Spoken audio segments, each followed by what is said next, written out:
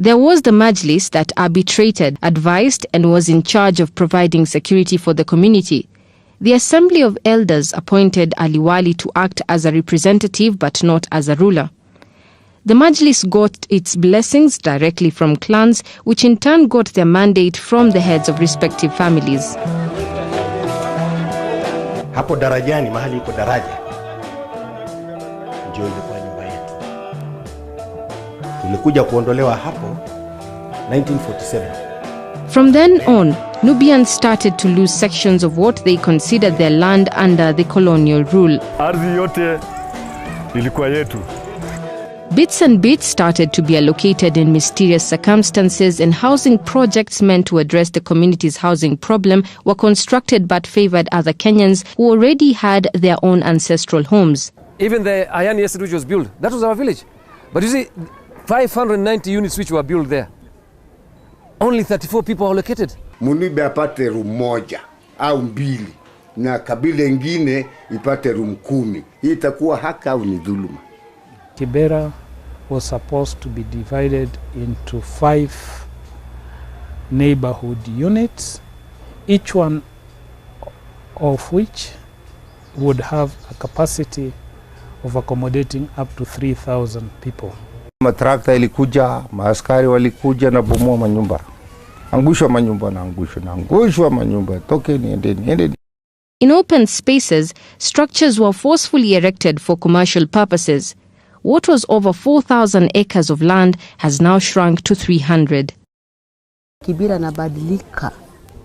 Nabaki manailo ndio napepea na watu wengine hatujui natoka wapi. It was free for all, and slowly, what was once an organized, peaceful and clean area has now been turned into the biggest informal settlement south of Sahara. For somebody who's never been to Africa, you'd rather have some heart of steel, because we have raw sewage around here. I mean, there's so many alleyways here. Life is rough. There's so many handguns around here. You can get mugged at night, anywhere, even during the day. Abdul Majid Ahmed has escaped death 3 times.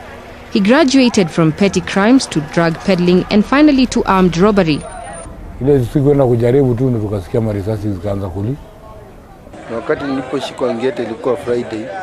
Due to poverty, the number of Nubian youths venturing into criminal activities is increasing day by day. Bangi, and there is this, they usually call matap-tap. I don't know what it is. Majanki.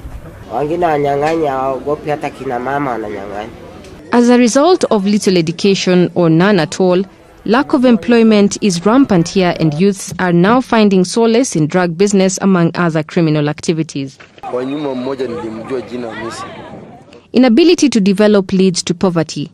30 years before independence, people here were able to cater for their basic needs. Nubians owned farms, wholesale shops and slaughterhouses. Many are now unable to meet basic necessities in life. Many, most of them, they are not working. You find very few who are working. So most of the time, they depend on women who are just at home. You come and you leave some little men for me, you depend me to do this, you want this and that. You know, women are overworking. Through venturing into small-scale businesses, women are now seen to be breadwinners in many homes. Tuna kikundi chetu ambacho kinaitwa Taufik Nubian Women Group. Women are also helping in preserving the Nubian culture by producing items that are linked to their tradition. Over here you have suk-suk. This is for the neck.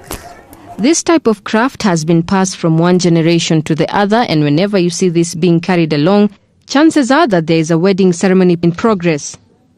Kuta, tabaga and biris are a must when it comes to such occasions.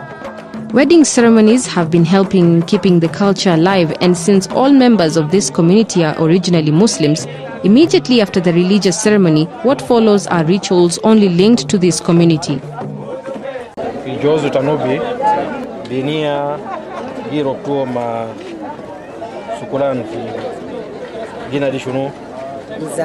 Izam yuko tofsulba kibarna doko ragi ya gijafata maana to shunu aywa mama malgweli duo sede ya oro